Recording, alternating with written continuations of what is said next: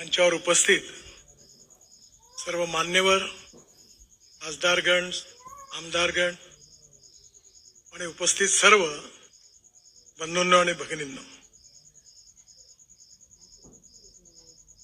स्वर्गीय पंजाबराव देशमुख यांच्या जीवनाचा आणि विचाराचा आपल्या सगळ्यांना अतिशय उत्तम परिचय आहे. स्वर्गीय पंजाबराव देशमुख यांनी शिक्षण क्षेत्रामध्ये आणि कृषी क्षेत्रामध्ये आपलं संपूर्ण जीवन समर्पित केलं होतं. या देशाचे पहिले कृषी मंत्री म्हणून त्यांनी कृषी धोरणाचा पाया पण त्या ठिकाणी टाकला. एका फिलॉसॉफरने सांगितलंय की पर्स आणि पर्सन याच्यामध्ये पर्सन म्हणजे व्यक्ती श्रेष्ठ आहे पैशापेक्षा. पर्सन आणि पार्टी म्हणजे ऑर्गनायझेशन, संस्था, इन्स्टिट्यूशन, याच्यात संस्था श्रेष्ठ आहे. आणि पार्टी आणि फिलॉसॉफी याच्यामध्ये फिलॉसॉफी श्रेष्ठ आहे, विचारधारा ही श्रेष्ठ आहे.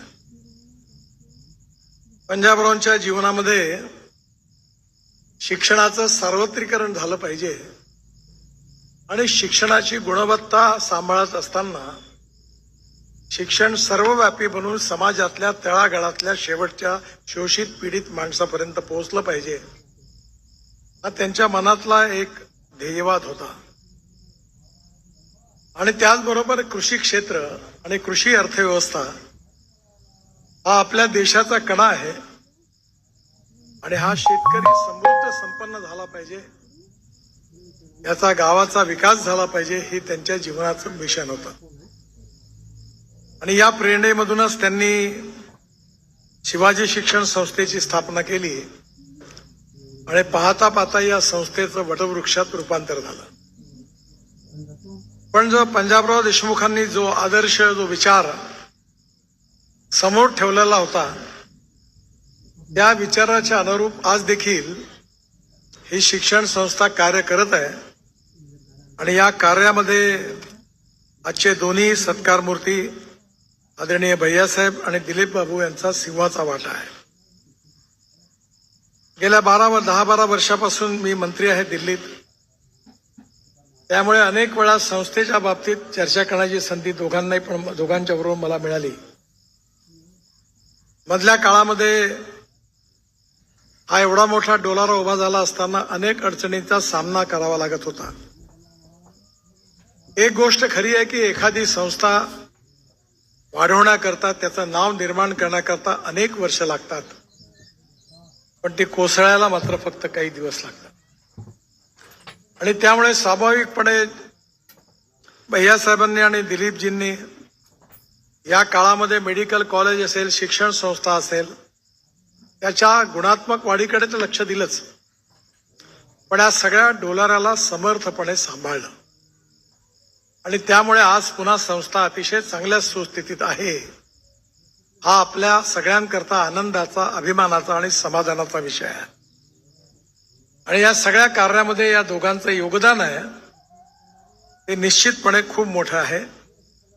आणि त्यामुळे आपण सगळेजण या बाबतीत त्यांच्याबद्दल त्यांना धन्यवाद देणं, त्यांचं अभिनंदन करणं, ज्याला संस्थेबद्दल आस्था आहे, पंजाबरावांबद्दल आस्था आहे, त्यांच्या उद्दिष्टाबद्दल आस्था आहे, त्यांनी सगळ्यांनी स्वाभाविकपणे त्यांचं अभिनंदन करणं अतिशय स्वाभाविक आहे.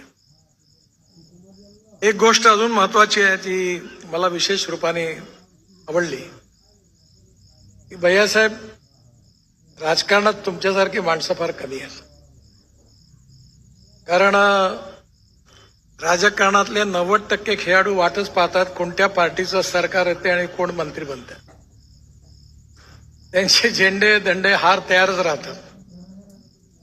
त्यांनी पक्ष का सोडला हे त्यांनाही कळत नाही आणि ज्या पक्षात गेले त्यांनाही उमजत नाही. मी कोणाबद्दल बोलत नाहीये, पण अशी स्थिती झाली. याचं कारण असं आहे की राजकारणामध्ये तत्वनिष्ठा, ध्येयनिष्ठा आणि विचारनिष्ठा कमी झालेली आहे. आपल्या देशामध्ये विचार भिन्नता ही समस्या नाहीये, विचार शून्यता ही समस्या आहे. आणि म्हणून कधी चांगले दिवस असतात, कधी वाईट दिवस असतात. कधी जनता निवडून देते, कधी निवडून देत नाही. परंतु जिवंत माणसाचं व्यक्तित्व असं असतं की तो प्रवाहाच्या बरोबर कधी वाहत जात नाही. जिवंत मासा जो असतो तो नेहमी प्रवाहाच्या विरुद्ध पोहत असतो आणि काडी कचरा आणि मेलेला मासा हा नेहमी प्रवाहाबरोबर वाहत असतो. माझे न तुमचे विचार कदाचित पट्टे राजकीय विचार पटणार नाहीत, वेगळे असतील, पण जे कोणते विचार आहेत त्याच्याशी त्या नेत्याशी मी प्रामाणिक राहीन. ही तुमच्यातली जी इमानदारी आहे त्याला मी नक्की दाद देतो आणि त्याच्याबद्दल धन्यवाद देतो. कारण हे फार कमी आहे आणि हळूहळू कमी होत चाललेलं आहे. राजकारणामध्ये राजकारणाची व्याख्या बदलवण्याची गरज आहे.